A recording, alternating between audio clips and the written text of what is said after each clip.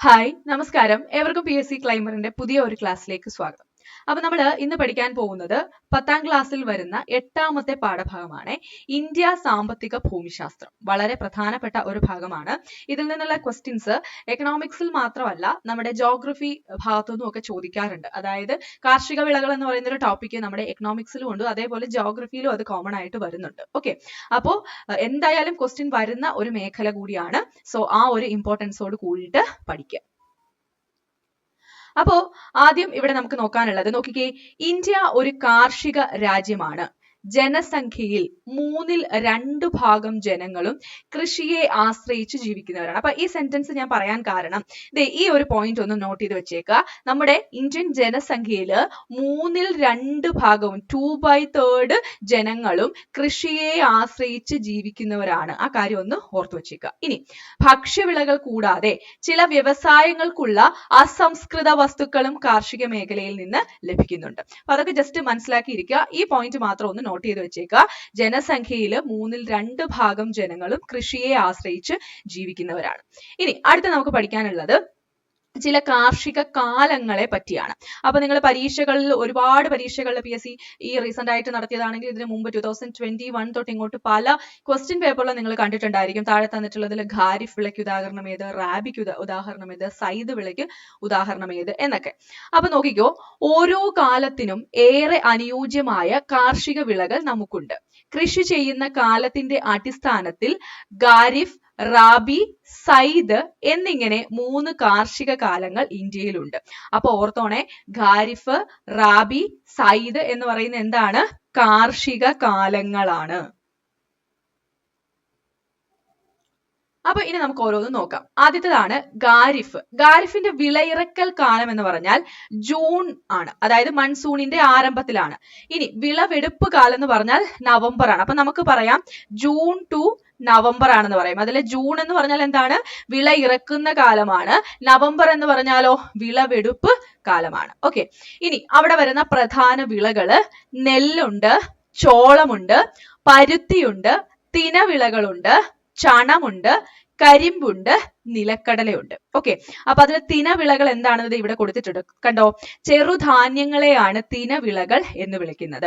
ഭക്ഷ്യധാന്യങ്ങളിൽ ഉൾപ്പെടുന്ന ജോവർ, ബജ്ര, റാഗി എന്നിവ തിനവിളകൾ അഥവാ മില്ലറ്റ്സ് എന്ന വിഭാഗത്തിൽ പെടുന്നു. അപ്പൊ ഇവിടെ ഓർത്തു വെക്കേണ്ടത് എന്താണ് തിനവിളകൾ? വിളകൾ എന്ന് പറഞ്ഞാൽ ചെറുധാന്യങ്ങളാണ്. ഉദാഹരണം പറഞ്ഞാലോ ജോവർ, ബജ്ര, റാഗി ഒക്കെ എന്താണ്? തിനവിളകൾക്ക് ഉദാഹരണമാണ്. സോ ഖാരിഫ് വിളയിൽ വരുന്ന പ്രധാന വിളകൾ നമ്മൾ പഠിച്ചു. നമ്മൾ ഈ ഒരു കോളം പഠിച്ചതിന് ശേഷം ഇത് കോഡോട് കൂടിയിട്ട് പഠിക്കാം കേട്ടോ. അതായത് ഖാരിഫ് വിളയ്ക്കും റാബിക്കും ഒക്കെ ഉള്ള കോഡ് നമുക്ക് പഠിക്കാം. അപ്പൊ അതിന് ആദ്യം തന്നെ ഈ ഒരു കോളം ഒന്ന് മനസ്സിലാക്കി വെക്കുക, എന്നിട്ട് നമുക്ക് കോഡ് ഉപയോഗിച്ച് പഠിക്കാം. അപ്പൊ ഒന്നാമത്തെ ഖാരിഫിനെ പറ്റി നമ്മൾ പറഞ്ഞു കഴിഞ്ഞു. രണ്ടാമത്തേതാണ് റാബി. റാബിയുടെ വിളയിറക്കൽ കാലം എന്ന് പറയുന്നത് നവംബർ മധ്യത്തിലാണ്. എന്നിട്ട് വിളവെടുക്കുന്നതോ മാർച്ച്, അതായത് വേനലിന്റെ ആരംഭത്തോടു കൂടിയാണ്. സോ നവംബർ ടു മാർച്ച് ആണ് റാബി വിളയുടെ കാലഘട്ടം എന്ന് പറയുന്നത്. ഇനി ഉദാഹരണം പറയുവാണെങ്കിലോ ഗോതമ്പ്, പുകയില, കടുക്, പയറുവർഗ്ഗങ്ങൾ എല്ലാം റാബി ഇനത്തിൽ പെടുന്ന വിളകളാണ്. ദെൻ അടുത്തതാണ് സൈദ് വിള. അല്ലെ, സൈദ് വിള എന്ന് പറഞ്ഞാൽ വിള ഇറക്കുന്നത് മാർച്ച്, അതായത് വേനലിന്റെ ആരംഭത്തോടു കൂടിയാണ്. ജൂൺ അല്ലെങ്കിൽ മൺസൂണിന്റെ ആരംഭത്തോടു കൂടി വിളവെടുക്കുകയും ചെയ്യും. പ്രധാന വിളകൾ വരുന്നത് പഴവർഗ്ഗങ്ങള്, അതേപോലെ തന്നെ പച്ചക്കറികൾ. ഓക്കെ, അപ്പൊ കാർഷിക കാലങ്ങള് ക്ലിയർ ആയല്ലോ അല്ലെ. ഖാരിഫ് ഉണ്ട്, റാബി ഉണ്ട്, സൈദ് ഉണ്ട്. അതിലെ ഖാരിഫ് ജൂൺ ടു നവംബർ ആണ്, റാബിയോ നവംബർ ടു മാർച്ച് ആണ്, സൈദോ മാർച്ച് ടു ജൂൺ ആണ്. ഓക്കെ, ഇനി ഈ പ്രധാന വിളകളുടെ ഒരു കോഡും കൂടെ പഠിക്കാന്ന് നമ്മൾ പറഞ്ഞു. അപ്പൊ നമ്മൾ ആദ്യം നോക്കാൻ പോകുന്നത് ഖാരിഫ് വിളകൾക്കുള്ള കോഡാണ്. ഖാരിഫ് വിളകൾക്കുള്ള കോഡാണ്. അപ്പോ നമ്മുടെ കോഡ് വരുന്നത് ഇങ്ങനെയാണ്, ശ്രദ്ധിച്ചേ. പനിച്ച എനക്ക്, ആ എനക്കെന്ന് തന്നെ ഒന്ന് ഓർത്ത് വെച്ചേക്ക. എനിക്കെന്ന് ഓർത്താലും കുഴപ്പമില്ല, എങ്കിലും ആ പേര് കിട്ടാൻ വേണ്ടിയാണ് കേട്ടോ അങ്ങനെ പറഞ്ഞത്. അപ്പോ പനിച്ച എനക്ക് ചോറും ബജ്ജിയും, ഇതാണ് ഖാരിഫ് വിളയുടെ കോഡ്. പനിച്ച എനക്ക് ചോറും ബജ്ജി. ഓക്കെ, അപ്പൊ ഇനി ഇതില് ഓരോന്നും എന്തൊക്കെയാണ് വരുന്നത് നമുക്ക് നോക്കാം. അപ്പൊ ആദ്യത്തേതിൽ എന്താണ്?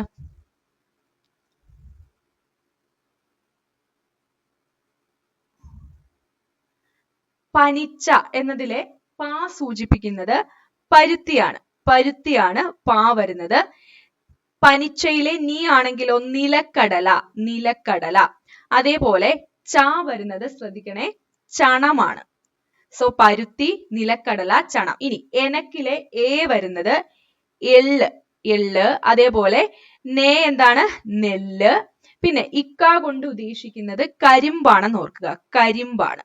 അതേപോലെ ചോറും, ചോറിലെ ചോ വരുന്നത് ചോളം. പിന്നെ റും എന്നുള്ളത് കൊണ്ട് റാഗി എന്നാണ് നമ്മൾ ഉദ്ദേശിക്കുന്നത്. അതേപോലെ ബജ്ജിയിലെ ബ വരുന്നത് ബജ്ര, ജി വരുന്നത് ജോവർ. സോ ഈ കോഡ് ക്ലിയർ ആയല്ലോ. പനിച്ച എനക്ക് ചോറും ബജ്ജിയും. ഓരോന്നും പറഞ്ഞേ. പായെന്ന് പറഞ്ഞാൽ പരുത്തി, നിലക്കടല, ചണം. പിന്നെ എനക്കില് എള്ള്, നെല്ല്, കരിമ്പ്. ചോറും എന്ന് പറഞ്ഞാൽ ചോളം, റാഗി. ബജ്ര അതേപോലെ ജോവർ, ബജ്രയാണേ.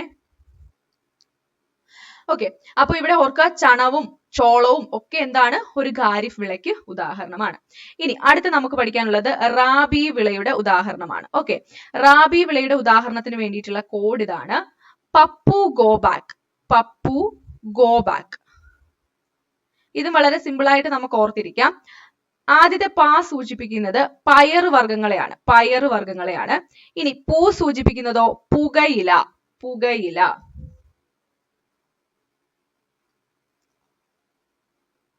പിന്നെ ഗോ ബാക്കിലെ ഗോ ഗോതമ്പ്. അതേപോലെ ബാ ബാർലി, കാ കടുക്. ഓക്കെ, അപ്പോ ശ്രദ്ധിക്കുക, കോഡ് എന്താണ്, പപ്പു ഗോ ബാക്ക് ആണ്, റാബി വിളകളുടെ കോഡാണ്. പാ എന്ന് പറഞ്ഞാൽ പയറുവർഗ്ഗങ്ങൾ, പൂ എന്ന് പറഞ്ഞാൽ പുകയില, ഗോ ബാക്ക് ഗോതമ്പ്, ബാർലി, കടുക്. അപ്പൊ ഈ ഗോയിലെ ഈ ബാർലിയിലെ ബാ നമുക്ക് കൺഫ്യൂഷൻ ആയി പോകരുതേ. ഖാരിഫിലും ബാ ഉണ്ട്, പക്ഷെ അത് ബജ്രയാണ്. ഓക്കെ, കാരണം നമ്മൾ പറഞ്ഞു തിനവിളകള് ഖാരിഫ് വിളയാണെന്ന് പറഞ്ഞു. ബജ്ര എന്താണ്, ഒരു തിനവിളക്ക് ഉദാഹരണമാണ്. അപ്പൊ ആ ബാ എന്ന് പറയുന്നത് ഖാരിഫിലുള്ളതാണ്, ബജ്ര വരുന്നത്. പിന്നെ ബാർലി വരുന്നത് എവിടെയാണ്, റാബിയിലാണ്. ഇനി സൈദ് വിളകൾക്ക് നമ്മൾ പ്രത്യേകിച്ച് കോഡൊന്നും ഇടേണ്ട കാര്യമില്ലല്ലോ, നമുക്കറിയാം എന്തായിരിക്കും, പഴവർഗ്ഗങ്ങൾ, പച്ചക്കറികൾ, നമുക്കത് ഓർത്തിരിക്കാവുന്നതേ ഉള്ളൂ. പിന്നെ ചെറുധാന്യങ്ങളെയാണ് തിനവിളകൾ എന്ന് വിളിക്കുന്നത്. അതിന് ഉദാഹരണം നമ്മൾ പറഞ്ഞു, ജോവർ, ബജ്ര, റാഗി. അപ്പോ ഇതെല്ലാം എന്താണ്, ജോവറയും ബജ്രയും റാഗിയും ഒക്കെ എന്തുവാണ്, ഖാരിഫ് വിളയ്ക്ക് ഉദാഹരണം കൂടിയാണ്. ഇനി അടുത്ത് നോക്കാം, കാർഷിക വിളകളെ പറ്റി നോക്കിക്കേ. ഇന്ത്യയിലെ കാർഷിക വിളകളെ ഭക്ഷ്യവിളകൾ, അതേപോലെ നാണ്യവിളകൾ എന്നിങ്ങനെ തരംതിരിക്കാം. ഭക്ഷ്യവസ്തുക്കളായി നേരിട്ട് ഉപയോഗിക്കാവുന്ന വിളകളാണ് എന്ത്, ഭക്ഷ്യവിളകൾ എന്ന് പറയുന്നത്. എന്നാൽ വാണിജ്യ വ്യാവസായിക പ്രാധാന്യമുള്ള വിളകളാണ് നാണ്യവിളകൾ. സോ ഇന്ത്യയിൽ രണ്ട് തരത്തിലുള്ള കാർഷിക വിളകളുണ്ട്. ഏതൊക്കെയാണ്, ഭക്ഷ്യവിളകളും ഉണ്ട്, നാണ്യവിളകളും ഉണ്ട്, അല്ലെ. ഇനി നമ്മൾ നേരിട്ട് ഉപയോഗിക്കുന്ന ഭക്ഷ്യവസ്തുക്കളായിട്ട് നേരിട്ട് ഉപയോഗിക്കുന്ന വിളകളെയാണ് നമ്മൾ ഭക്ഷ്യവിളകൾ എന്ന് വിളിക്കുന്നത്. പിന്നെയോ വാണിജ്യ വ്യവസായ ആവശ്യത്തിന് വേണ്ടിയിട്ട് ഉപയോഗിക്കുന്ന അല്ലെങ്കിൽ അങ്ങനത്തെ പ്രാധാന്യമുള്ള വിളകളാണ് നാണ്യവിളകൾ എന്ന് വിളിക്കപ്പെടുന്നത്. ഓക്കെ, ഇനി ഇവിടെ ഈ ബോക്സിൽ തന്നിരിക്കുന്ന കാര്യം കൂടി ഒന്ന് നോട്ട് ചെയ്തേക്കാം. അതിജീവനത്തിനായി മനുഷ്യൻ മണ്ണിനെ ബോധപൂർവം പ്രയോജനപ്പെടുത്തുന്ന ഒരു സംസ്കാരമാണ് കൃഷി.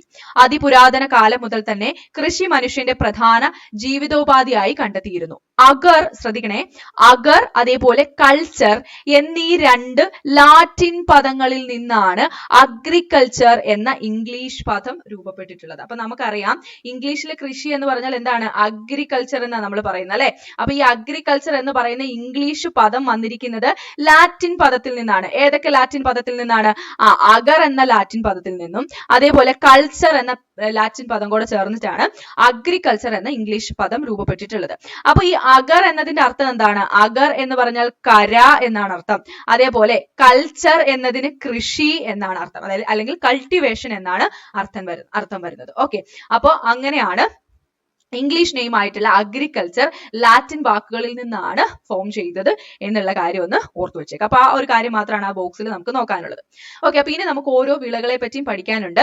ആദ്യം പഠിക്കാൻ പോകുന്നത് നെല്ലിനെ പറ്റിയാണ്. നിങ്ങൾക്ക് PSCയുടെ പ്രീവിയസ് ഇയർ ക്വസ്റ്റ്യൻ പേപ്പർ നോക്കിയാൽ അറിയാം, പലതവണ PSC ചോദിച്ചിട്ടുണ്ട്. അതായത് നെല്ല് ഏത് വിളയാണ്, ഖാരിഫ് ആണോ റാബി ആണോ അങ്ങനെ ചോദിച്ചിട്ടുണ്ട്. അത് കൂടാതെ എത്ര ഡിഗ്രി സെൽഷ്യസ് ആണ് അതിന്റെ ആവശ്യമായിട്ട് വരുന്ന ടെമ്പറേച്ചർ, ഏത് മണ്ണാണ് വേണ്ടത്, അതൊക്കെ ചോദിച്ചിട്ടുണ്ട്.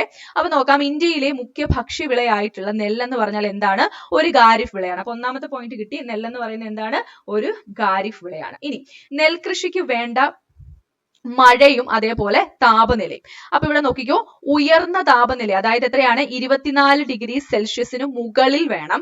അതേപോലെ തന്നെ ധാരാളം മഴ, ഏകദേശം 150 സെന്റിമീറ്റർ കൂടുതൽ മഴയും എന്താണ് നെൽകൃഷിക്ക് ആവശ്യമാണ്.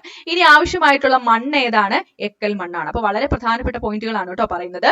നെൽകൃഷിക്ക് ഏറ്റവും അനുയോജ്യമായിട്ടുള്ള മണ്ണ് എക്കൽ മണ്ണാണ്. താപനില 24 ഡിഗ്രി സെൽഷ്യസ് മുകളിലാണ്. മഴയോ 150 സെന്റിമീറ്ററിൽ കൂടുതൽ വേണം. ഇനി മഴ കുറഞ്ഞ പ്രദേശങ്ങളിലും ജലസേചന സൗകര്യത്തോടെ നെൽകൃഷി ചെയ്തു വരുന്നുണ്ട്. അതേപോലെ നദീതടങ്ങളിലും തീര സമതലങ്ങളിലുമാണ് മുഖ്യമായും നെൽകൃഷി ചെയ്യുന്നത്. സിവാലിക് പർവ്വത ചെരിവുകളിലും തട്ടുകളാക്കി നെൽകൃഷി ചെയ്തു വരുന്നത്. അപ്പൊ അതൊക്കെ ഒന്ന് നോട്ട് ചെയ്ത് വെച്ചേക്കുക. സ്റ്റേറ്റ്മെന്റിലൊക്കെ വേണമെങ്കിൽ ചോദിക്കാവുന്ന രീതിയിലാണ്. നദീതടങ്ങളിലും തീര സമതലങ്ങളിലുമാണ് മുഖ്യമായിട്ടും നെൽകൃഷി ചെയ്യുന്നത്.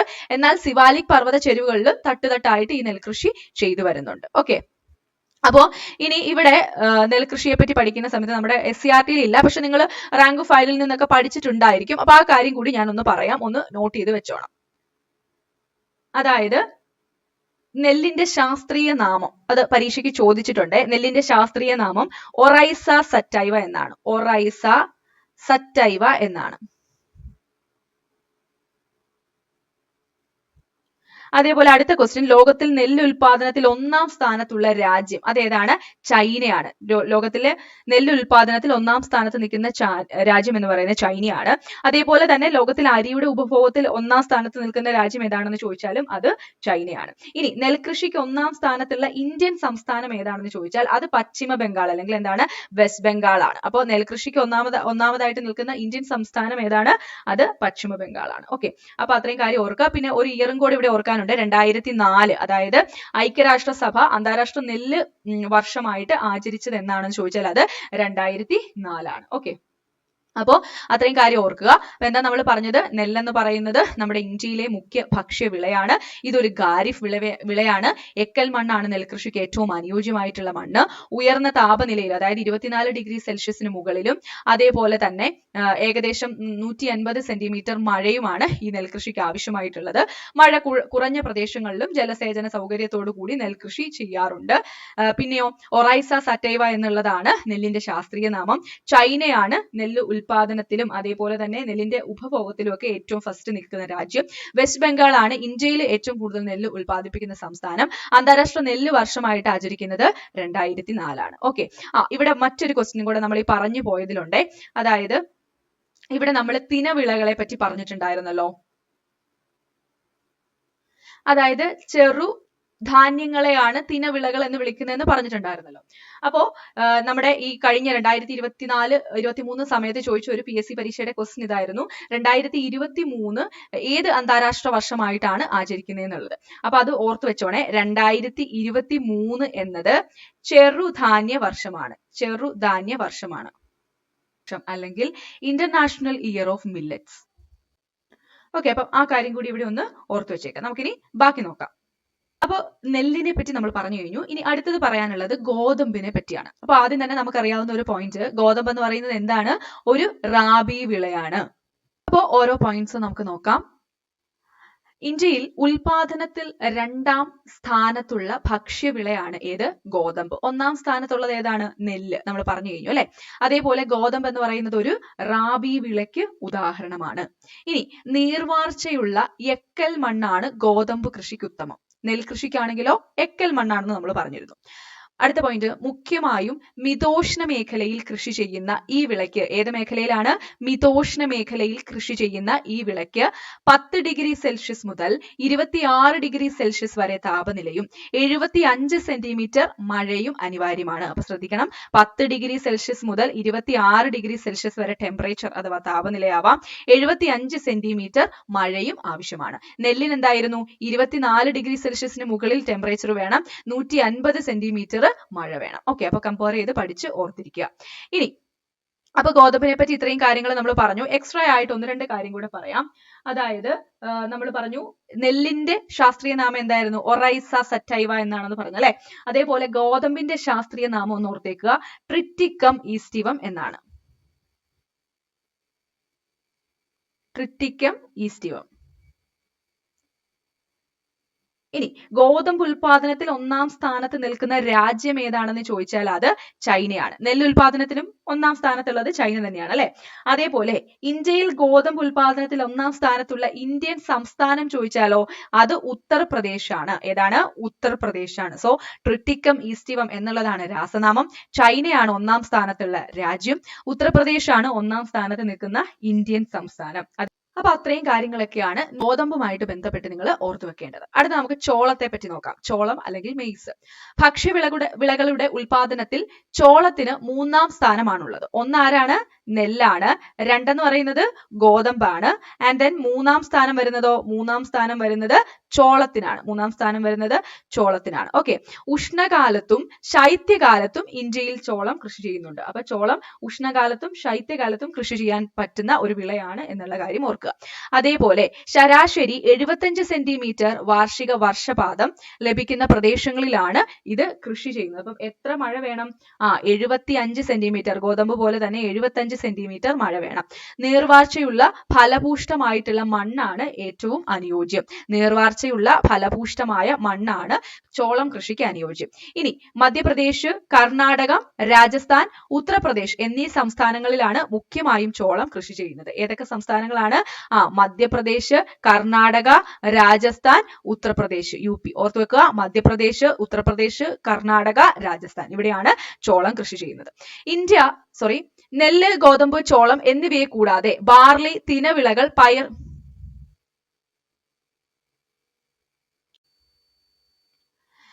നെല്ല്, ഗോതമ്പ്, ചോളം എന്നിവയെ കൂടാതെ ബാർലി, തിനവിളകൾ, പയറുവർഗ്ഗങ്ങൾ തുടങ്ങിയവയും ഇന്ത്യയിലെ ഭക്ഷ്യവിളകളിൽ ഉൾപ്പെടുന്നുണ്ട്. ഓക്കെ. അപ്പം അത് ഓർത്തു വെച്ചേക്കുക. അപ്പം താഴെ തന്നിട്ടുള്ളതിൽ ഭക്ഷ്യവിളകൾക്ക് ഉദാഹരണം ഏത്, ഉദാഹരണം അല്ലാത്തത് ഏത് എന്നൊക്കെ ചോദിക്കാം. കൃത്യമായിട്ട് പഠിച്ചു വെക്കുക. അപ്പൊ ഭക്ഷ്യവിളകൾക്ക് ഉദാഹരണം ഏതൊക്കെയാണ്?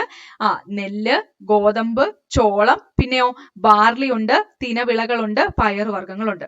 ഖാരിഫും റാബി നമ്മൾ ആദ്യം പറഞ്ഞ് തമ്മിൽ മാറിപ്പോവരുത്. ഗോതമ്പ് എന്താണ്? ഒരു റാബി വിളയാണ്. എന്നാൽ നെല്ലെന്ന് പറയുന്നത് എന്താണ്? ഒരു ഖാരിഫ് വിളയാണ്. പക്ഷെ നെല്ലും ഗോതമ്പും ചോളവും ഒക്കെ എന്താണ്? ഭക്ഷ്യവിളകളുടെ കാറ്റഗറിയിൽ വരുന്നതാണ്. ഓക്കെ. അപ്പൊ ഭക്ഷ്യവിളകള് നെല്ല്, ഗോതമ്പ്, ചോളം, ബാർലി, തിനവിളകളെല്ലാം എന്താണ്? ഭക്ഷ്യവിളകളാണ്. അതേപോലെ തന്നെ പയറുവർഗ്ഗങ്ങൾ. ഇനി ഇന്ത്യയിലെ പ്രധാനപ്പെട്ട നാണ്യവിളകളെ പറ്റി നമ്മൾ പറയാൻ പോവാണേ. ഈ നാണ്യവിളകളെ വർഗീകരിച്ചിരിക്കുന്നത് അതിന്റെ ഒരു ക്ലാസിഫിക്കേഷൻ ഇവിടെ പറഞ്ഞിട്ടുണ്ട്. നാരുവിളകൾ, അതേപോലെ പാനീയ വിളകൾ, പിന്നെയോ സുഗന്ധവിളകൾ, മറ്റു വിളകൾ. അപ്പൊ താഴെ തന്നിട്ടുള്ളതിൽ നാണ്യവിളകൾക്ക് ഉദാഹരണം ഏത് എന്നൊക്കെ പറഞ്ഞിട്ട് ഇപ്പൊ കാപ്പി, ചണം, അതേപോലെ ഏലം, കുരുമുളക്, ചോളം ഒക്കെ തന്നിട്ടുണ്ടെങ്കിൽ ചോളം മാത്രം എന്താണ്? ഒരു ഭക്ഷ്യവിളയാണ്. ബാക്കി പറഞ്ഞിരിക്കുന്നതെല്ലാം എന്താണ്? നാണ്യവിളയാണ്. അപ്പൊ 4 വിളകളുടെ കാറ്റഗറിയിൽ വരുന്നതാണ് പരുത്തിയും ചണവും ഒക്കെ. അപ്പൊ പരുത്തിയും ചണവും എന്താണ്? നാണ്യവിളയാണ്. ഏത് കാറ്റഗറിയിലാണ് വരുന്നത്? നാരുവിളകളാണ്. അടുത്തത് പാനീയ വിളകൾക്ക് ഉദാഹരണമാണ് തേയില, കാപ്പി. പാനീയ വിളകൾക്ക് ഉദാഹരണമാണ് തേയിലയും കാപ്പിയും. സുഗന്ധ വിളകളാണെങ്കിലോ ഏലമുണ്ട്, കുരുമുളകുണ്ട്. സുഗന്ധ വിളകളാണെങ്കിൽ ഏലമുണ്ട്, കുരുമുളകുണ്ട്. ഇനി കരിമ്പും റബ്ബറും ഒക്കെ എന്താണ്? മറ്റ് ഇനത്തിൽപ്പെടുന്ന നാണ്യവിളകളാണ്. അപ്പൊ ഇതെല്ലാം എന്താണ്? നാണ്യവിളകളാണ്. അതായത് പരുത്തി, ചണം, തേയില, കാപ്പി, ഏലം, കുരുമുളക്, കരിമ്പ്, റബ്ബർ ഒക്കെ എന്താണ്? നാണ്യവിളകൾക്ക് ഉദാഹരണമാണ്. ഇനി അടുത്ത നമുക്ക് നോക്കാം പരുത്തി കൃഷിയും പരുത്തി തുണി വ്യവസായവും. നോക്കാം. മഞ്ഞുവീഴ്ചയില്ലാത്ത വളർച്ചാകാലവും 20 മുതൽ 30 ഡിഗ്രി സെൽഷ്യസ് വരെ താപനിലയും ചെറിയ തോതിൽ വാർഷിക വർഷപാതവും പരുത്തി കൃഷിക്ക് ആവശ്യമാണ്. അപ്പോ മഞ്ഞുവീഴ്ചയില്ലാത്ത വളർച്ചാകാലവും അതേപോലെ എത്ര ഡിഗ്രി സെൽഷ്യസ് ആണ്? 20 to 30 ഡിഗ്രി സെൽഷ്യസ് താപനിലയും ചെറിയ തോതിൽ മഴയും ഒക്കെ പരുത്തി കൃഷിക്ക് ആവശ്യമാണ്. കറുത്ത മണ്ണും എക്കൽ മണ്ണുമാണ് ഏറ്റവും അനുയോജ്യം. അപ്പൊ പരുത്തി കൃഷിക്ക് അനുയോജ്യമായിട്ടുള്ള മണ്ണിനങ്ങൾ താഴെ പറയുന്നതിൽ ഏതാണ് എന്ന് ചോദിച്ചാൽ ഏതാണ്? കറുത്ത മണ്ണും എക്കൽ മണ്ണുമാണ്. വസ്ത്രനിർമ്മാണ രംഗത്ത് ലോകവ്യാപകമായി ഉപയോഗിക്കുന്നതിനാൽ പരുത്തിയെ universal fibre, previous year question ആണ്, യൂണിവേഴ്സൽ ഫൈബർ എന്നറിയപ്പെടുന്നത് ഏതാണ്? പരുത്തിയാണ്. പരുത്തിയെയാണ് യൂണിവേഴ്സൽ ഫൈബർ എന്ന് വിളിക്കുന്നത്. ഓക്കെ. പരുത്തി ഉൽപാദനത്തിൽ ഇന്ത്യക്ക് 4-ാം സ്ഥാനമാണുള്ളത്. സോ അപ്പോ ഇവിടെ ഒരു കാര്യം ഓർത്ത് വെക്കണേ. SCERT-യിൽ പറഞ്ഞിട്ടുള്ളത് പരുത്തി ഉൽപാദനത്തിൽ ഇന്ത്യക്ക് 4-ാം സ്ഥാനം എന്നാണ്. നമ്മൾ ഓൾറെഡി പറഞ്ഞു. പക്ഷേ ഇപ്പോഴത്തെ 2022 അതേപോലെ 2023 കണക്ക് പ്രകാരം ഇന്ത്യയാണ് പരുത്തി ഉൽപാദനത്തിൽ 1-ാം സ്ഥാനത്ത് നിൽക്കുന്നത്. ആരാണ്? ഫസ്റ്റ് പൊസിഷൻ വരുന്നത് ഇന്ത്യയാണ്. ഫസ്റ്റ് പൊസിഷൻ ആണ് ഇന്ത്യക്ക് വരുന്നത്. SCERT-യിൽ പറഞ്ഞിരിക്കുന്നത് 4th പൊസിഷൻ ആണ്. സോ അതൊന്ന് ഓർത്ത് വെച്ചേക്കുക കേട്ടോ. ഇനി നോക്കാം. ഇന്ത്യയിലെ ഏറ്റവും വലിയ കൃഷി അധിഷ്ഠിത വ്യവസായമാണ് പരുത്തി വ്യവസായം. പരീക്ഷയ്ക്ക് ചോദിക്കാം, ഇന്ത്യയിലെ ഏറ്റവും വലിയ കൃഷി അധിഷ്ഠിത വ്യവസായം ഏതാണ്? പരുത്തി തുണി വ്യവസായമാണ്. ഇന്ത്യയിലെ ആദ്യത്തെ പരുത്തി തുണി മില്ല് സ്ഥാപിതമായത് 1818 കൊൽക്കത്തയ്ക്ക് സമീപമുള്ള ഫോർട്ട് ഗ്ലാസ്റ്ററിലാണ്. അപ്പൊ എന്നാണ്? 1818 കൊൽക്കത്തയിലാണ്, അല്ലെങ്കിൽ കൊൽക്കത്തയ്ക്ക് സമീപമുള്ള ഫോർട്ട് ഗ്ലാസ്റ്ററിലാണ്. എന്നാൽ വൻതോതിൽ ഉൽപാദനം ആരംഭിക്കുന്നത് 1854 മുംബൈയിലാണ്. ഇന്ത്യയിലെ ഏറ്റവും പ്രധാന പരുത്തി തുണി ഉൽപാദന കേന്ദ്രം മുംബൈ ആയതിനാൽ ഈ നഗരത്തെ കോട്ടണോപോളിസ് എന്ന് വിശേഷിപ്പിക്കുന്നു. ഒരു പ്രീവിയസ് ഇയർ ക്വസ്റ്റൻ ആണ്. കോട്ടണോപോളിസ് എന്ന് വിശേഷിപ്പിക്കുന്ന നഗരം ഏതാണ്? മുംബൈ ആണ്. ഓക്കെ, ഇനി മുംബൈ പ്രധാന പരുത്തി തുണി വ്യവസായ കേന്ദ്രമായി മാറാൻ അനുകൂലമായ സാഹചര്യങ്ങൾ എന്തെല്ലാമാണെന്ന് നോക്കൂ. അപ്പൊ ആ സാഹചര്യങ്ങൾ എന്തൊക്കെയാണെന്ന് കൂടെ ഒന്ന് ജസ്റ്റ് നോക്കിയേക്കാം. സമീപ പ്രദേശങ്ങളിൽ നിന്ന് അസംസ്കൃത വസ്തുക്കളുടെ സുഗമമായ ലഭ്യത, കുറഞ്ഞ നിരക്കിൽ ഊർജ്ജ ലഭ്യത, മുംബൈ തുറമുഖം കേന്ദ്രീകരിച്ചുള്ള കയറ്റി ഇറക്കുമതി സാധ്യതകൾ. അപ്പൊ ആ 3 പോയിന്റുകളാണ്. ജസ്റ്റ് ഒന്ന് ഓർത്തു വെച്ചേക്കാം. പരീക്ഷയ്ക്കൊക്കെ ചോദിച്ചു കഴിഞ്ഞാൽ ആൻസർ ചെയ്യാൻ പറ്റണം. സമീപ പ്രദേശങ്ങളിൽ നിന്ന് അസംസ്കൃത വസ്തുക്കളുടെ സുഗമമായ ലഭ്യത, കുറഞ്ഞ നിരക്കിൽ ഊർജ്ജ ലഭ്യത, പിന്നെയോ മുംബൈ തുറമുഖം കേന്ദ്രീകരിച്ചുള്ള കയറ്റിറക്കുമതി സാധ്യതകൾ. അടുത്ത് നമുക്ക് നോക്കാനുള്ളത്, മുംബൈ കഴിഞ്ഞാൽ ഗുജറാത്തിലെ അഹമ്മദാബാദ് ആണ് പ്രധാന പരുത്തി തുണി വ്യവസായ കേന്ദ്രം. അപ്പൊ മുംബൈ കഴിഞ്ഞാൽ ഗുജറാത്തിലെ അഹമ്മദാബാദ് ആണ് പ്രധാന പരുത്തി തുണി വ്യവസായ കേന്ദ്രം എന്നുള്ള കാര്യം ഓർത്തു വെച്ചേക്കാം. അടുത്ത് നമുക്ക് ചണത്തിനെ പറ്റി പഠിക്കാം. ചണം കൃഷിയും ചണ വ്യവസായം. ചണം എന്താണ്? ഒരു ഖാരിഫ് വിളയാണ്. ഇന്ത്യയിലെ മറ്റൊരു നാരുവിളയാണ് ചണം. ചൂടും ഈർപ്പവുമുള്ള സാഹചര്യങ്ങളിലാണ് ചണം വളരുന്നത്. ഉയർന്ന താപനിലയിലും 150 സെന്റിമീറ്റർ, ഓർക്കണേ 150 സെന്റിമീറ്ററിൽ കൂടുതൽ മഴയും, മോർ ദാൻ 150 സെന്റിമീറ്റർ ആണ്, കൂടുതൽ മഴയും ചണം കൃഷിക്ക് അത്യന്താപേക്ഷിതമാണ്. ഞാൻ ഈ മോർ ദാൻ എന്നൊക്കെ ഉള്ളത് എടുത്ത് പറയുന്നത് ഇപ്പൊ PSC പല ചോദ്യങ്ങളിൽ, ഇപ്പൊ എക്കണോമിക്സിൽ നിന്നല്ല പല ഇതിൽ നിന്നും ഇപ്പൊ നമ്മുടെ കമ്മീഷനെ പറ്റിയൊക്കെ ചോദിക്കുമ്പോഴത്തേക്കും 10 അംഗങ്ങളിൽ കൂടിയവരും അല്ലെങ്കിൽ 10 അംഗങ്ങളിൽ കൂടാതെ കാണണം, അല്ലെങ്കിൽ 10 അംഗങ്ങൾ നിർബന്ധമായി എന്നൊക്കെ രീതിയിൽ പറയുന്നുണ്ട്. അപ്പൊ അതുകൊണ്ടാണ് മോർ ദാൻ 150 എന്നുള്ള രീതിയിൽ തന്നെ, അതായത് 150നേക്കാളും കൂടുതലാണെന്നുള്ളത് ഓർത്തു വെക്കണം എന്ന് പറയുന്നത്. ഓക്കെ, ഇനി അടുത്ത് നോക്കിക്കേ, നീർവാർച്ചയുള്ള എക്കൽ മണ്ണാണ് ഇതിന് വേണ്ടത്. അപ്പൊ ചണം കൃഷിക്ക് അനുയോജ്യമായിട്ടുള്ളത് നീർവാർച്ചയുള്ള എക്കൽ മണ്ണാണ്. പശ്ചിമ ബംഗാളിലെ ഗംഗ ബ്രഹ്മപുത്ര ഡെൽറ്റ പ്രദേശമാണ് പ്രധാന ഉൽപാദന മേഖല. പശ്ചിമ ബംഗാൾ, അസം, ഒഡീഷയുടെ ചില ഭാഗങ്ങൾ എന്നിവിടങ്ങളിൽ മാത്രമാണ് പ്രധാനമായിട്ടും ചണം കൃഷി ചെയ്യുന്നത്. അതേപോലെ തന്നെ ഇന്ത്യയിൽ തന്നെ ഏറ്റവും കൂടുതൽ ചണം കൃഷിയുള്ളത് എവിടെയാണെന്ന് ചോദിച്ചാൽ അതും ഈ പശ്ചിമ ബംഗാളാണ് കേട്ടോ. അതൊന്ന് ഓർത്തു വെച്ചേക്കുക. ഇനി താരതമ്യേന വില കുറഞ്ഞ നാരുവിളയായതിനാൽ ഇന്ത്യയിൽ ഉൽപ്പാദിപ്പിക്കുന്ന ചണനാരിനും ഉൽപ്പന്നങ്ങൾക്കും അന്താരാഷ്ട്ര വ്യാപാരത്തിൽ ഏറെ പ്രാധാന്യമുണ്ട്. ചണം ഉൽപാദനത്തിൽ ഇന്ത്യക്ക് ലോകത്ത് 2ാം സ്ഥാനമാണുള്ളത്. അത് മുമ്പത്തെ കണക്ക് പ്രകാരമാണ്. ഇപ്പം ഇന്ത്യയാണ് ഫസ്റ്റ് പൊസിഷൻ ഉള്ളത്. അപ്പൊ ചണം ഉൽപാദനത്തിൽ ഇന്ത്യയുടെ സ്ഥാനം ഫസ്റ്റ് ആണ്. ഈ കഴിഞ്ഞ 2024 നടന്ന ഒരു പരീക്ഷയ്ക്കും കൂടെ ചോദിച്ചിട്ടുണ്ടായിരുന്നു, ഏറ്റവും കൂടുതൽ ചണം ഉൽപ്പാദിപ്പിക്കുന്ന രാജ്യം ഏതാണ്? നമ്മുടെ ഇന്ത്യയാണ്. ഇതൊക്കെ എന്താ പറയുക, SCRT ഫാക്ടറിൽ നിന്ന് ചെറിയ മാറ്റങ്ങളുള്ള കാര്യങ്ങളാണ്. അപ്പൊ അതൊന്ന് ഓർത്തു വെച്ചേക്കാം. അടുത്ത തേയിലയെ പറ്റി പറയാം. തേയിലയും എന്താണ്? ഒരു നാണ്യവിളയാണ്. ഏറ്റവും കൂടുതൽ തേയില ഉൽപ്പാദിപ്പിക്കുന്ന രാജ്യമാണ് നമ്മുടെ ഇന്ത്യ എന്ന് പറയുന്നത്. അത് ഇപ്പൊ മാറിയിട്ടുണ്ട്. ഏറ്റവും കൂടുതൽ തേയില ഉൽപ്പാദിപ്പിക്കുന്ന ഇപ്പോഴത്തെ രാജ്യം എന്ന് പറയുന്നത് ചൈനയാണ് കേട്ടോ. ഏറ്റവും കൂടുതൽ തേയില ഉൽപ്പാദിപ്പിക്കുന്നത് ചൈനയാണ്. ഇനി അസം, പശ്ചിമ ബംഗാൾ, കേരളം, തമിഴ്നാട് എന്നീ സംസ്ഥാനങ്ങളിലാണ് ഇന്ത്യയിൽ തേയിലത്തോട്ടങ്ങൾ ഉള്ളത്. അപ്പൊ എവിടെയൊക്കെയാണ്? അസമിലുണ്ട്, പശ്ചിമ ബംഗാളിലുണ്ട്, കേരളത്തിലുണ്ട്, തമിഴ്നാട്ടിലുണ്ട് തേയിലത്തോട്ടങ്ങൾ. 200 മുതൽ 250 സെന്റിമീറ്റർ വരെ വാർഷിക വർഷപാതവും, എത്രയാണ്? 200 മുതൽ 250 സെന്റിമീറ്റർ വരെ മഴ ആവശ്യമാണ്. അതേപോലെ 25 ഡിഗ്രി സെൽഷ്യസ് മുതൽ 30 ഡിഗ്രി സെൽഷ്യസ് വരെ താപനിലയിലുമുള്ള കുന്നിൻ ചെരുവുകളാണ് തേയില കൃഷിക്ക് ഏറ്റവും അനുയോജ്യം. ജൈവാംശമുള്ള ജലം വാർന്നു പോകുന്ന മണ്ണാണ് ഈ തോട്ടവിളയ്ക്ക് ആവശ്യം. അപ്പോൾ ഓർത്ത് വെച്ചേക്ക്, 200 to 250 സെന്റിമീറ്റർ മഴയും 25 degree Celsius to 30 degree Celsius ടെമ്പറേച്ചറുമാണ് ആവശ്യമായിട്ട് വരുന്നത്. ഇനി അടുത്തതാണ് കാപ്പി. തേയില കഴിഞ്ഞു, കാപ്പിയെ പറ്റി പഠിക്കാം. ഒരു ഉഷ്ണമേഖലാ തോട്ടവിളയായ കാപ്പിയുടെ ഉൽപാദനത്തിൽ ഇന്ത്യ 6ാം സ്ഥാനത്താണ് ഉള്ളത്. കർണാടകം, കേരളം, തമിഴ്നാട് എന്നീ സംസ്ഥാനങ്ങളിലായി പശ്ചിമഘട്ട മലനിരകളിലാണ് ഇന്ത്യയിലെ കാപ്പിത്തോട്ടങ്ങൾ. മിതമായ താപനിലയും ഉയർന്ന വർഷപാതവുമാണ് കാപ്പി കൃഷിക്ക് വേണ്ടത്. എന്താണ്? മിതമായിട്ടുള്ള താപനിലയും ഉയർന്ന വർഷപാതവുമാണ് കാപ്പി കൃഷിക്ക് വേണ്ടത്. അന്താരാഷ്ട്ര വിപണിയിൽ ഏറെ ആവശ്യക്കാരുള്ള അറബിക്ക എന്ന മുന്തിയ ഇനം കാപ്പിക്കുരുകളാണ് ഇന്ത്യ മുഖ്യമായും ഉൽപ്പാദിപ്പിക്കുന്നത്. അപ്പൊ അത് ഒന്ന് ഓർത്തു വെച്ചോണേ. ഇന്ത്യയിൽ പ്രധാനമായും ഉൽപ്പാദിപ്പിക്കുന്ന കാപ്പി ഇനം ഏതാണ്? അറബിക്കയാണ്. ഇനി അറബിക്ക കൂടാതെ മറ്റ് ഇനങ്ങളാണ് റോബസ്റ്റ എന്ന് പറയുന്നത്. ഈ കഴിഞ്ഞ പരീക്ഷയ്ക്ക് ഒരു ക്വസ്റ്റ്യൻ ഉണ്ടായിരുന്നു, ഇങ്ങനെ ഇത് തന്നിട്ട് ഇത് ഏതിന്റെ വിവിധ ഇനങ്ങളാണ് എന്നുള്ള രീതിയിൽ. റോബസ്റ്റ, അതേപോലെ തന്നെ ലിബറിക്ക ഇതൊക്കെ എന്താണ്? കാപ്പി ഇനങ്ങളാണ്. ഓക്കെ, അടുത്തത് സുഗന്ധ വിളകൾ. ഏലം, കുരുമുളക്, ജാതി, ഗ്രാമ്പു, ഇഞ്ചി തുടങ്ങിയ സുഗന്ധ വിളകൾക്ക് പ്രാചീന കാലം മുതൽക്കേ പുകൾപെറ്റ രാജ്യമാണ് ഇന്ത്യ. പശ്ചിമഘട്ട മലനിരകളിലാണ് സുഗന്ധ വിളത്തോട്ടങ്ങൾ ഏറെയും കേന്ദ്രീകരിച്ചിരിക്കുന്നത്. നീർവാർച്ചയുള്ള വനമണ്ണ്, മണൽമണ്ണ് എന്നിവയും ധാരാളം മഴ ലഭിക്കുന്ന ഉഷ്ണമേഖലാ കാലാവസ്ഥയുമാണ് ഇവിടുത്തെ അനുകൂല ഘടകങ്ങൾ. എന്തൊക്കെയാണ്? നീർവാർച്ചയുള്ള വനമണ്ണ്, മണൽമണ്ണ്, പിന്നെയോ ധാരാളം മഴ ലഭിക്കുന്ന ഉഷ്ണമേഖലാ കാലാവസ്ഥയുമാണ് ഇത്തരത്തിലുള്ള സുഗന്ധ വ്യഞ്ജനങ്ങളുടെ അല്ലെങ്കിൽ ഇത്തരത്തിലുള്ള സുഗന്ധ വ്യഞ്ജനങ്ങളെ നന്നായിട്ട് വളരാൻ അനുവദിക്കുന്നത്. ഇനി അടുത്ത ശ്രദ്ധിക്കാം, കരിമ്പ് കൃഷിയും പഞ്ചസാര വ്യവസായവും. നോക്കിക്കോ, ഉഷ്ണമേഖലാ വിളയായ കരിമ്പിന് ചൂടും മഴയുമുള്ള കാലാവസ്ഥയാണ് വേണ്ടത്. അപ്പൊ കരിമ്പ് കൃഷിക്ക് അനുയോജ്യമായിട്ടുള്ളത് ചൂടും മഴയുമുള്ള കാലാവസ്ഥയാണ്. ഇനി കറുത്ത മണ്ണ്, എക്കൽ മണ്ണ് തുടങ്ങിയ മണ്ണിനങ്ങൾ കരിമ്പ് കൃഷിക്ക് അനുയോജ്യമാണ്. ഏതൊക്കെ മണ്ണാണ്? കറുത്ത മണ്ണ്, എക്കൽ മണ്ണൊക്കെയാണ് കരിമ്പ് കൃഷിക്ക് അനുയോജ്യമായിട്ടുള്ള മണ്ണിനങ്ങൾ. കരിമ്പ് ഉൽപാദനത്തിൽ ഇന്ത്യക്ക് 2ാം സ്ഥാനമാണ് ഉള്ളത് എന്നാണ് പറഞ്ഞിട്ടുള്ളത്. അപ്പൊ കരിമ്പ് ഉൽപാദനത്തിൽ ഫസ്റ്റ് സ്ഥാനമുള്ളത് ബ്രസീലിനാണ് കേട്ടോ. അതും കൂടെ ഒന്ന് ഓർത്തു വെച്ചേക്കുക. ഫസ്റ്റ് വരുന്നത് ബ്രസീലാണ് ആൻഡ് സെക്കൻഡ് വരുന്നതാണ് ഇന്ത്യ.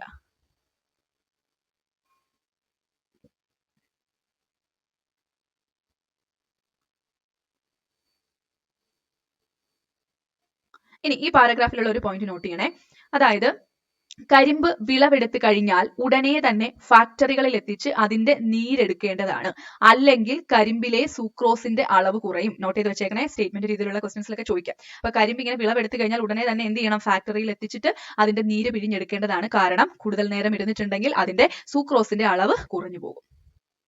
ഇനി അടുത്ത നമുക്ക് നോക്കാനുള്ളത് റബ്ബറാണ്. അപ്പൊ അതിനു മുമ്പ് ഇവിടെ ഒരു പോയിന്റ് കൂടെ ഉണ്ട് ഇവിടെ. അതായത് ഉത്തർപ്രദേശാണ് കരിമ്പിന്റെയും പഞ്ചസാരയുടെയും ഉൽപാദനത്തിൽ 1ാം സ്ഥാനത്ത്. പഞ്ചസാരയും ശർക്കരയും കരിമ്പിൽ നിന്നാണ് ഉൽപ്പാദിപ്പിക്കുന്നത്. അപ്പോൾ ഉത്തർപ്രദേശ് നമ്മൾ ആദ്യം തന്നെ പറഞ്ഞിരുന്നു, ഉത്തർപ്രദേശാണ് ഗോതമ്പ് ഉൽപാദനത്തിലും കൂടുതൽ അല്ലെ. ഏറ്റവും കൂടുതൽ ഗോതമ്പ് ഉൽപ്പാദിപ്പിക്കുന്ന സംസ്ഥാനവും ഏതാണ്? ഉത്തർപ്രദേശാണ്. പിന്നെയോ ഏറ്റവും കൂടുതൽ കരിമ്പ് ഉൽപ്പാദിപ്പിക്കുന്നതും ഏതാണ്? ഉത്തർപ്രദേശാണ്. പഞ്ചസാര ഉൽപ്പാദിപ്പിക്കുന്നതും ഏതാണ്? ഉത്തർപ്രദേശാണ്. അപ്പൊ അത് ഓർത്തു വെച്ചേക്കുക.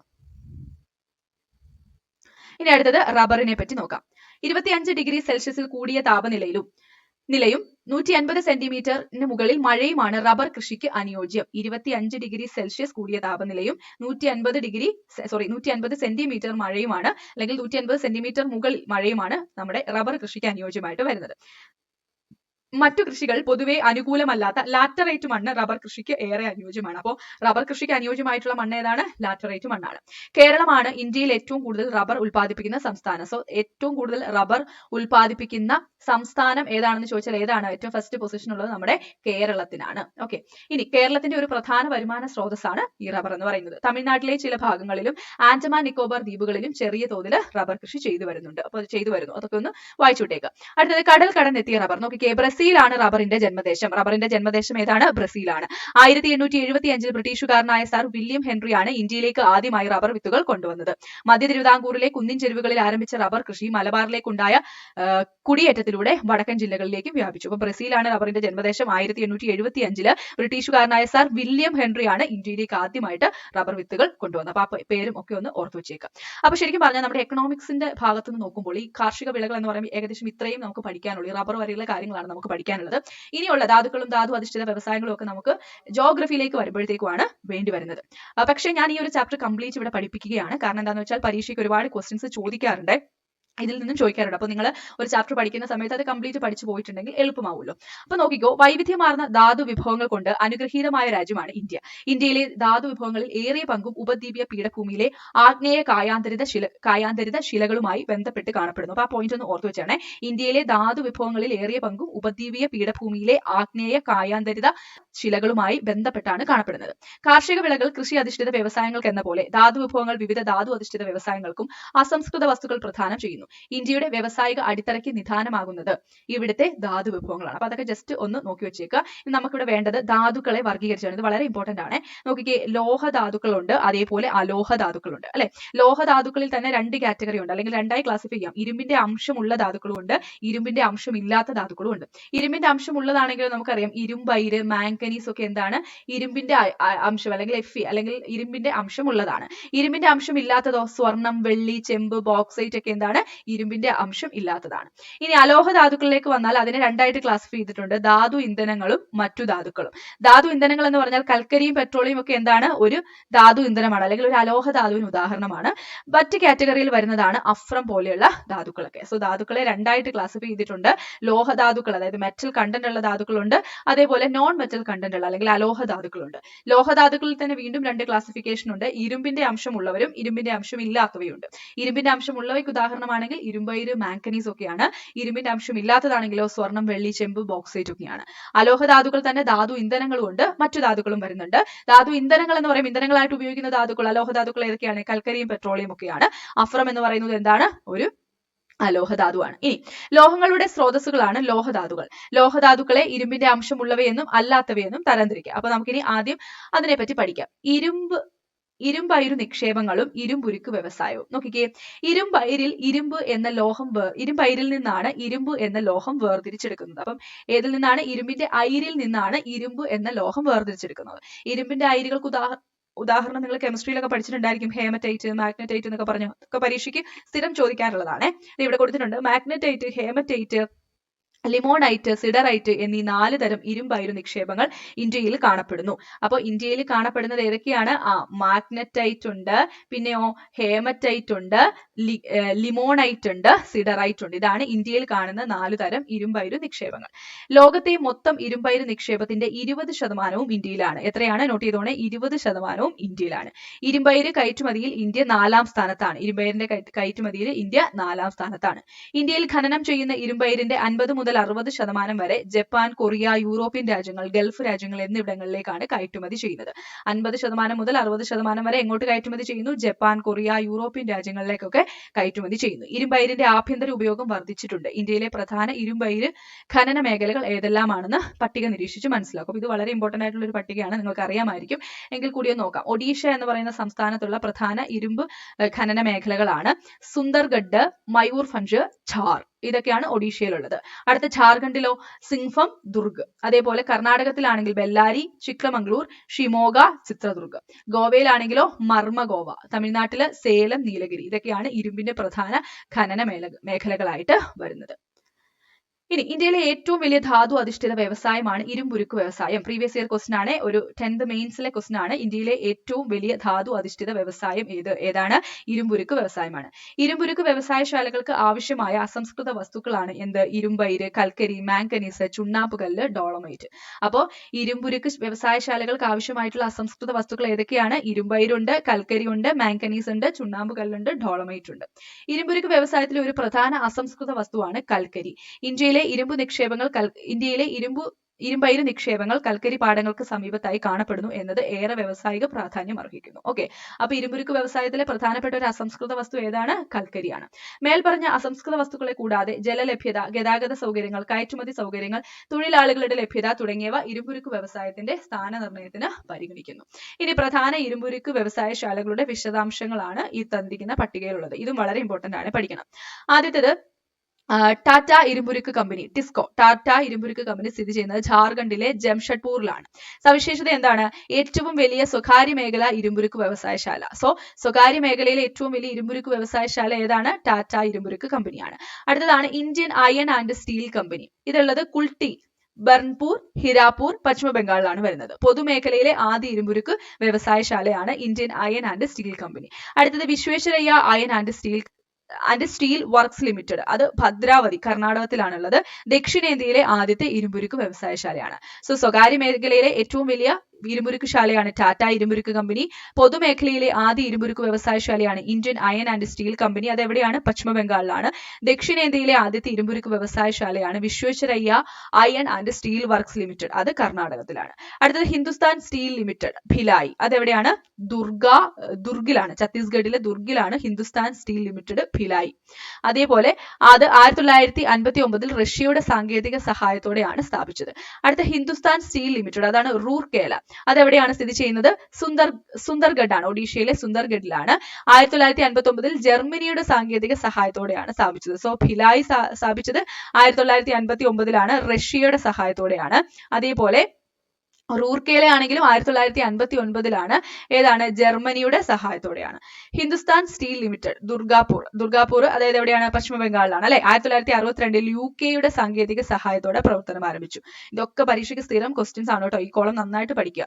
ഇനി ഹിന്ദുസ്ഥാൻ സ്റ്റീൽ ലിമിറ്റഡ് ബൊക്കാറോ ഝാർഖണ്ഡിലാണ്, റഷ്യയുടെ സഹായത്തോടെ സ്ഥാപിച്ചു. ഇതും ഈ 2024 നടന്ന ഒരു ക്വസ്റ്റ്യൻ പേപ്പറിൽ ചോദിച്ചിട്ടുണ്ട്. റഷ്യയുടെ സഹായത്തോടെയാണ് ബൊക്കാറോയും അതേപോലെ ഭിലായിയും സ്ഥാപിച്ചത്.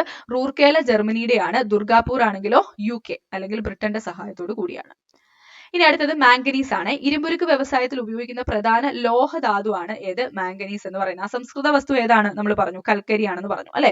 ഇരുമ്പയിര് നിക്ഷേപങ്ങൾക്ക് സമീപമായി പൊതുവെ മാംഗനീസ് നിക്ഷേപങ്ങളും കണ്ടുവരുന്നു. ഒഡീഷയാണ് ഉൽപാദനത്തിൽ ഏറ്റവും മുൻപിൽ. അതായത് മാംഗനീസിന്റെ ഉൽപാദനത്തിൽ ഏറ്റവും മുമ്പിൽ നിൽക്കുന്ന സംസ്ഥാനം ഏതാണ്? ഒഡീഷയാണ്. അതേപോലെ കർണാടകം, മഹാരാഷ്ട്ര, മധ്യപ്രദേശ് ഇതൊക്കെയാണ് മറ്റ് പ്രധാന ഉൽപാദന സംസ്ഥാനങ്ങൾ.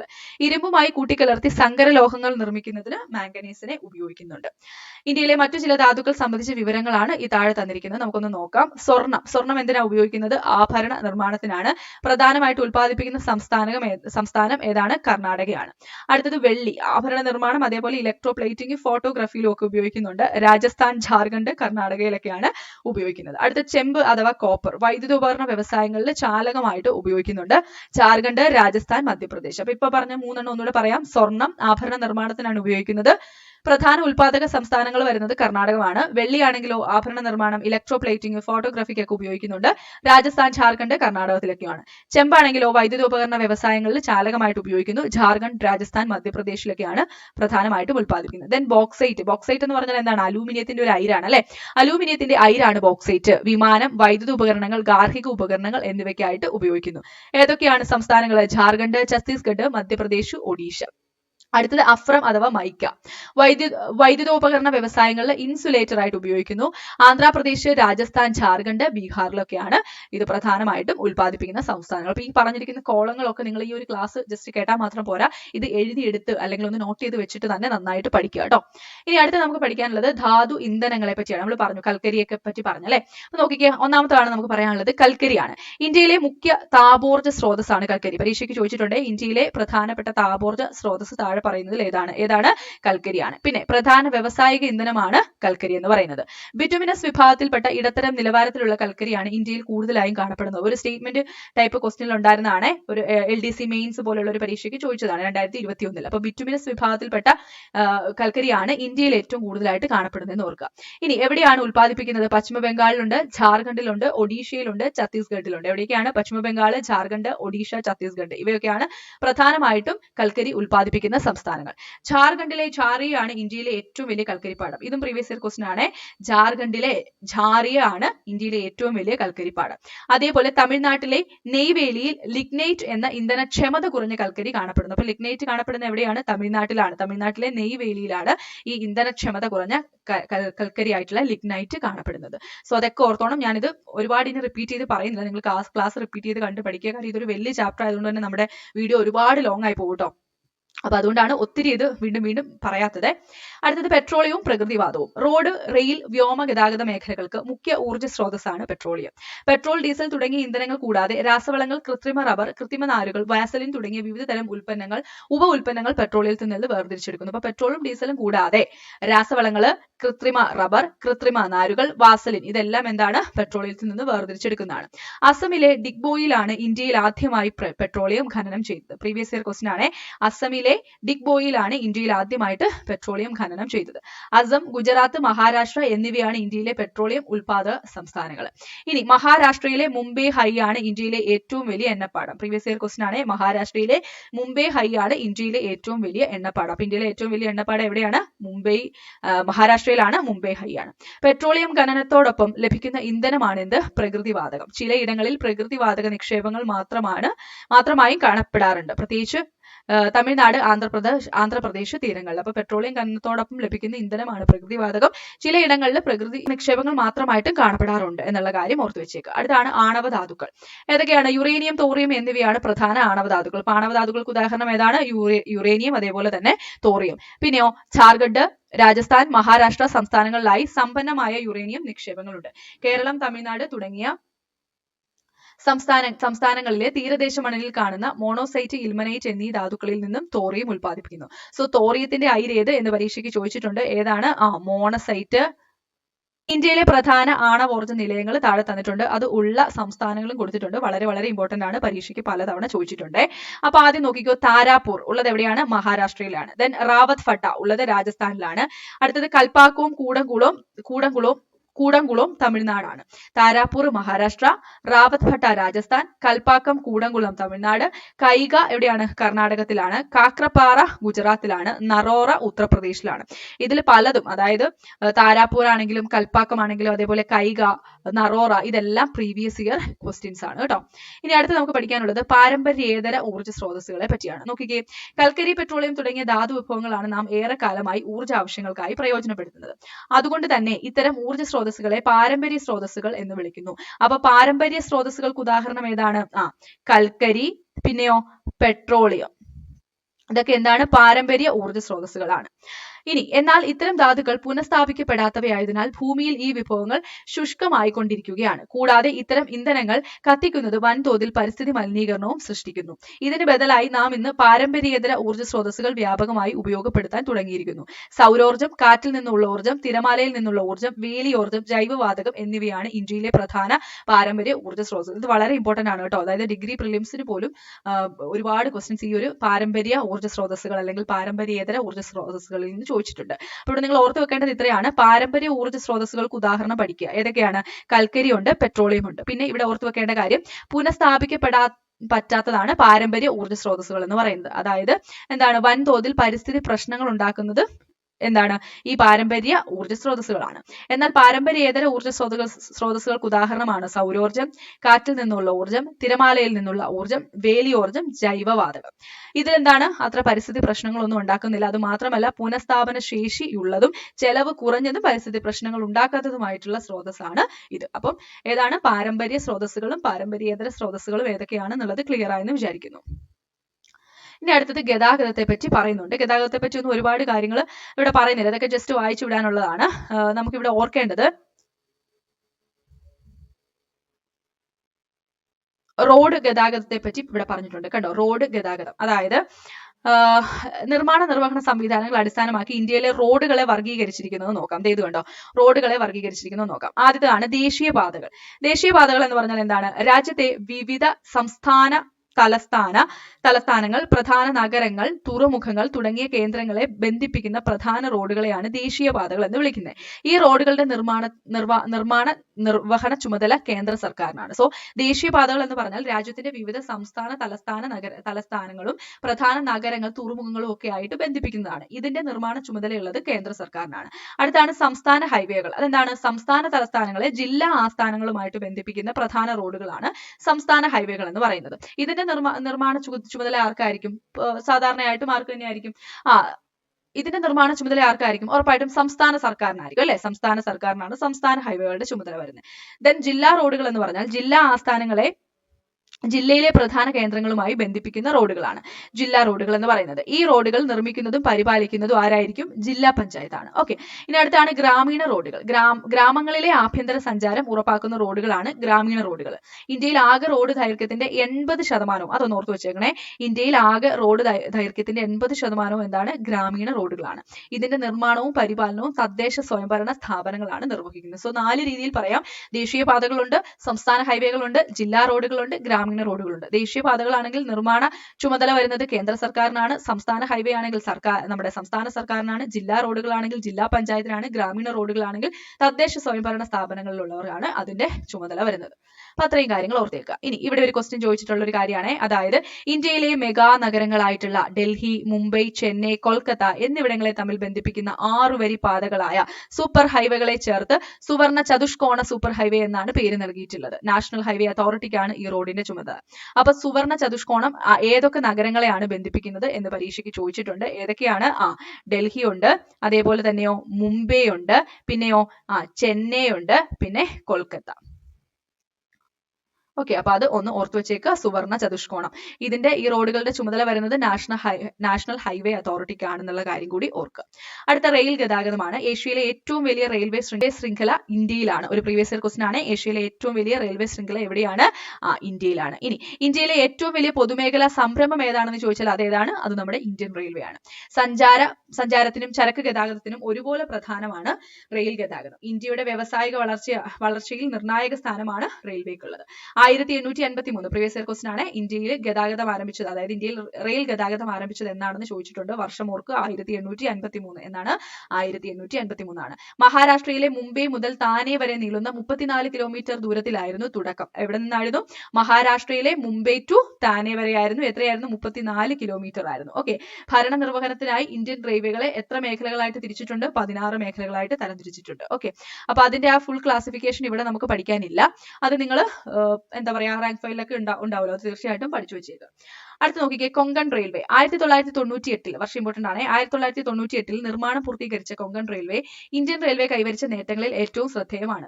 മഹാരാഷ്ട്രയിലെ റോഹ മുതൽ കർണാടകത്തിലെ മംഗലാപുരം വരെ 760 കിലോമീറ്റർ ആണ് ആകെ നീളം. എവിടെ തൊട്ടാണ്? മഹാരാഷ്ട്രയിലെ റോഹ ടു കർണാടകയിലെ മംഗലാപുരം എത്ര കിലോമീറ്റർ ആണ്? 760 കിലോമീറ്റർ ആണ് ആകെ നീളം. സഞ്ചാരപാതയിൽ 146 നദികൾ പിന്നിടുന്ന ഈ പാതയിൽ ഏകദേശം 2000 പാലങ്ങളും 91 തുരങ്കങ്ങളും ഉണ്ട്. ഏഷ്യയിലെ ഏറ്റവും വലിയ റെയിൽ തുരങ്കം ഇവിടെയാണ്. അപ്പൊ ഏഷ്യയിലെ ഏറ്റവും വലിയ റെയിൽ തുരങ്കം ഉള്ളത് എവിടെയാണ്? കൊങ്കൺ റെയിൽവേയിലാണ്. മഹാരാഷ്ട്ര, ഗോവ, കർണാടകം എന്നീ സംസ്ഥാനങ്ങൾ ഈ സംരംഭത്തിന്റെ പങ്കാളികളാണ്. നോട്ട് ചെയ്ത് വെച്ചോണേ. ഏതൊക്കെ സംസ്ഥാനങ്ങളാണ്? മഹാരാഷ്ട്ര, ഗോവ, കർണാടകം. ഇതൊക്കെയാണ് കൊങ്കൺ റെയിൽവേയുടെ പങ്കാളികളായിട്ട് വരുന്നത്. ഇനി അടുത്തത് ജലഗതാഗതം. ഇതിനെപ്പറ്റി ചില ഇമ്പോർട്ടന്റ് ആയിട്ടുള്ള പോയിന്റുകളുണ്ട്. നോക്കിക്കേ, ഏറ്റവും ചെലവ് കുറഞ്ഞ ഗതാഗത മാർഗം ചോദിച്ചാൽ ഏതാണ്? ജലഗതാഗതമാണ്. Previous year question. ഇനി വൻതോതിലുള്ള ചരക്ക് ഗതാഗതത്തിന് ഉചിതം ആയിട്ടുള്ളത് ജലഗതാഗതമാണ്. പരിസ്ഥിതി മലിനീകരണം ഉണ്ടാവുന്നില്ല. അന്താരാഷ്ട്ര വ്യാപാരത്തിന് ഏറ്റവും യോജിച്ചതും ജലഗതാഗതമാണ്. ഇത് പ്രീവിയസ് ഇയർ ക്വസ്റ്റൻ ആണ്. ആദ്യത്തെ പോയിന്റ്. ജലഗതാഗതത്തെ പൊതുവായിട്ട് നമുക്ക് രണ്ടായിട്ട് തിരിക്കാം. ഒന്നാണ് ഉൾനാടൻ ജലഗതാഗതം, മറ്റൊന്ന് സമുദ്ര ജലഗതാഗതമാണ്. നദികള്, കായലുകൾ, കനാലുകൾ തുടങ്ങിയ ജലാശയങ്ങളെയാണ് ഉൾനാടൻ ജലഗതാഗതത്തിനായിട്ട് ഉപയോഗപ്പെടുത്തുന്നത്. സോ ഉൾനാടൻ ജലഗതാഗതത്തിൽ വരുന്നത് ഏതൊക്കെയാണ്? നദികളുണ്ട്, കായലുകളുണ്ട്, കനാലുകളുണ്ട്. ഇന്ത്യയിൽ താഴെ പറയുന്ന ജലാശയങ്ങളെയാണ് വൻതോതിൽ ഉൾനാടൻ ജലഗതാഗതത്തിനായിട്ട് പ്രയോജനപ്പെടുത്തുന്നത്. ഏതൊക്കെയാണ്? ഗംഗ ബ്രഹ്മപുത്ര നദികളും പോഷക നദികളും, ഗോദാവരി കൃഷ്ണ നദികളും പോഷക നദികളും, ആന്ധ്ര തമിഴ്നാട് പ്രദേശത്തെ ബക്കിംഗ്ഹാം കനാൽ, ഗോവയിലെ മാൻടോവി സുവാരി നദികൾ, കേരളത്തിലെ കായലുകൾ. ഇനി അടുത്തത് 1986 ഉൾനാടൻ ജലഗതാഗത അതോറിറ്റി രൂപം കൊണ്ട ശേഷം ഇന്ത്യയിലെ 5 ജലപാതകളെ ദേശീയ ജലപാതകളായിട്ട് പ്രഖ്യാപിച്ചു. അപ്പൊ അതിനെപ്പറ്റി പറയുന്നുണ്ട്. ദേശീയ ജലപാത 1, ദേശീയ ജലപാത 2, 3, 4, 5. അപ്പൊ നോക്കിക്കോ, ദേശീയ ജലപാത 1 ആണെങ്കിൽ NW1 എന്ന് പറയും. ഗംഗാ നദിയിലാണ്. ഗംഗാ നദിയിൽ അലഹബാദ് മുതൽ ഹാൽഡിയ വരെയാണ്. 1260 കിലോമീറ്റർ ആണ്. സോ ഗംഗാ നദിയിലാണ്. അലഹബാദ് മുതൽ ഹാൽഡിയ വരെയാണ്. 1620 ആണ് കേട്ടോ. ദേശീയ ജലപാത 2 ബ്രഹ്മപുത്ര നദിയിലാണ്. സഥിയ മുതൽ ധൂബ്രി വരെയാണ്. 891 കിലോമീറ്റർ ആണ്. ഒരുപാട് പ്രീവിയസ് ഇയർ ചോദ്യം ചോദിക്കാറുള്ള ഒരു മേഖലയാണ്. മൂന്നാമത് വരുന്നത് കേരളത്തിലാണ്. നമ്മുടെ കേരളത്തിലാണ്. കൊല്ലം മുതൽ കോട്ടപ്പുറം വരെയാണ്. 205 കിലോമീറ്റർ ആണ്. എന്താണ്? കനാലിലാണ്. പശ്ചിമതീര കനാലിലാണ് ഇത് ഉള്ളത്. അതേപോലെ ദേശീയ ജലപാത 4 ഗോദാവരി കൃഷ്ണ നദികളുമായിട്ട് ചേർന്ന് കാക്കിനാട് മുതൽ പുതുച്ചേരി വരെയുള്ള കനാലാണ്. 1905 കിലോമീറ്റർ ആണ് ദൂരം വരുന്നത്. ദെൻ ദേശീയ ജലപാത 5 പൂർവ്വതീര കനാലുമായി ബന്ധിപ്പിച്ചുള്ള ബ്രഹ്മണി മഹാനദി ഡെൽറ്റ നദീവ്യവസ്ഥയാണ്. 623 കിലോമീറ്റർ ആണ് വരുന്നത്. സോ എവിടം തൊട്ട് എവിടം വരെയാണെന്നുള്ളതും എത്രയാണ് ദൂരം വരുന്നത് എന്നുള്ളത് പഠിച്ചു വെക്കുക. ഇനി അടുത്തത് ഇന്ത്യയുടെ പടിഞ്ഞാറും കിഴക്കുമായി 12ഓളം പ്രധാന തുറമുഖങ്ങളും 185ഓളം ചെറിയ തുറമുഖങ്ങളും ഉണ്ട്. 12 പ്രധാനവും 185 ചെറുതും ഉണ്ട്. അന്താരാഷ്ട്ര വാണിജ്യത്തിൽ ഇന്ത്യയിലെ തുറമുഖങ്ങൾക്ക് ശ്രദ്ധേയമായ സ്ഥാനമാണുള്ളത്. അപ്പൊ താഴെ പറയുന്ന ആ 12 തുറമുഖങ്ങളെയും കൂടി ഒന്ന് ഓർത്തു വെച്ചേക്കണം. കണ്ട്ല, മുംബൈ, നെവാഷേവ, മർഗോവ, മംഗലാപുരം, കൊച്ചി, തൂത്തുക്കുടി, ചെന്നൈ, വിശാഖപട്ടണം, പാരദ്വീപ്, ഹാൽദിയ, കൊൽക്കത്ത. ഇതെല്ലാം എന്താണ്? ഈ പറഞ്ഞ 12 പ്രധാന തുറമുഖങ്ങളാണ്. ഓക്കെ. അപ്പൊ അത് കഴിഞ്ഞിട്ട് ഇവിടെ വിഴിഞ്ഞം തുറമുഖ പദ്ധതിയെ പറ്റി പറയുന്നുണ്ട്. ജസ്റ്റ് ഒന്ന് വായിക്കാം. വിഴിഞ്ഞം ആഴക്കടൽ വിവിധോദ്ദേശ തുറമുഖം യാഥാർത്ഥ്യമാവുന്നതോടെ കേരളത്തിന് 2 പ്രധാന തുറമുഖങ്ങളാകും. പൊതു സ്വകാര്യ പങ്കാളിത്തത്തോടെ നടപ്പിലാക്കാൻ വിഭാവനം ചെയ്യുന്ന ഈ പദ്ധതിയുടെ ആദ്യഘട്ടം കണ്ടെയ്നർ തുറമുഖമായാണ് വികസിപ്പിച്ചിരിക്കുന്നത്. സോ ആദ്യഘട്ടം കണ്ടെയ്നർ തുറമുഖമായിട്ടാണ് വികസിപ്പിച്ചിരിക്കുന്നത്. അന്താരാഷ്ട്ര കപ്പൽ പാതയോട് ഏറ്റവും അടുത്ത് സ്ഥിതി ചെയ്യുന്നു എന്നതും സ്വാഭാവിക ആഴം 24 മീറ്ററിൽ കൂടുതലാണെന്നതും നിർദ്ദിഷ്ട തുറമുഖത്തിന്റെ സവിശേഷതകളാണ്. ജസ്റ്റ് ആ പോയിന്റുകൾ മാത്രം ഓർക്കുക. എന്താണ്, ആദ്യഘട്ടം കണ്ടെയ്നർ തുറമുഖമായിട്ടാണ് വികസിപ്പിച്ചിട്ടുള്ളത്, 24 മീറ്ററിൽ കൂടുതലാണ്. ഓക്കെ, വ്യോമഗതാഗതത്തെ പറ്റിയാണ് അടുത്തായിട്ട് പറയാൻ പോകുന്നത്. എയർപോർട്ട് അതോറിറ്റി ഓഫ് ഇന്ത്യയുടെ നിയന്ത്രണത്തിലാണ് ഇന്ത്യയിൽ വ്യോമഗതാഗതം. ഇതിന് കീഴിൽ 11 നമ്പർ നോട്ട് ചെയ്തേക്കുക, 11 അന്താരാഷ്ട്ര വിമാനത്താവളങ്ങളടക്കം 126 വിമാനത്താവളങ്ങളാണുള്ളത്. 11 എന്താണ്, അന്താരാഷ്ട്ര വിമാനത്താവളങ്ങളാണ്. ടോട്ടൽ 126 വിമാനത്താവളങ്ങളാണ് ഉള്ളത്. എയർ ഇന്ത്യ, ഇന്ത്യൻ എയർലൈൻസ് എന്നീ കോർപ്പറേഷനുകളാണ് യഥാക്രമം അന്താരാഷ്ട്ര ആഭ്യന്തര വിമാന സർവീസുകൾ കൈകാര്യം ചെയ്യുന്നത്. നിരവധി സ്വകാര്യ കമ്പനികളും ഇന്ത്യയിൽ വിമാന സർവീസുകൾ നടത്തുന്നുണ്ട്. ഓക്കെ, അപ്പൊ അത് വേറൊന്നും അതിന്റെ അകത്ത് പഠിക്കാനില്ല. അപ്പോൾ ഇത്രയും കാര്യങ്ങളാണ് ഈ ഒരു ചാപ്റ്ററിൽ പഠിക്കാനുള്ളത്. അത്യാവശ്യം ലെങ്തി ആയിട്ടുള്ള ഒരു ചാപ്റ്റർ ആണ്. നന്നായിട്ട് പഠിക്കുക, നല്ലപോലെ റിവിഷൻ ചെയ്യുക. ഇതിൽ നിന്നും ഒരുപാട് ക്വസ്റ്റ്യൻ ചോദിച്ചിട്ടുണ്ട്, പക്ഷെ ഞാൻ ആ ക്വസ്റ്റ്യൻ ഇതിൽ ഉൾപ്പെടുത്തുന്നില്ല. കാര്യം നമ്മുടെ വീഡിയോ പിന്നെയും ഒരുപാട് ലോങ് ആയി പോകും. ഇപ്പൊ ഞാൻ ക്വസ്റ്റ്യൻ ഏതൊക്കെയാണെന്നുള്ളത് ക്ലാസ്സിന്റെ ഇടയ്ക്ക് തന്നെ പറഞ്ഞിട്ടുണ്ടല്ലോ. അപ്പൊ ക്വസ്റ്റ്യൻ എല്ലാം ഉൾക്കൊള്ളിച്ചുകൊണ്ടുള്ള ഒരു ക്ലാസ് നമുക്ക് ചെയ്യാം. ഇനി നമുക്ക് 2 ചാപ്റ്റേഴ്സും കൂടെയാണ് കംപ്ലീറ്റ് ചെയ്യാനുള്ളത്. അതായത് 10ാം ക്ലാസ്സിൽ വരുന്ന ഒരു 2 പാഠം കൂടെ പഠിച്ചാൽ നമ്മുടെ എക്കണോമിക്സിലെ കംപ്ലീറ്റ് SCRT ചാപ്റ്റേഴ്സ് നമ്മൾ തീർത്തിട്ടുണ്ട്. അത് കഴിഞ്ഞിട്ട് എക്കണോമിക്സുമായിട്ട് റിലേറ്റ് ചെയ്തിട്ടുള്ള ആ ഒരു PYQ സെഷനും കൂടെ ചെയ്യാം. ഓക്കെ, അപ്പൊ നമുക്ക് ക്ലാസ് വൈൻഡപ്പ് ചെയ്യാം. Thank you.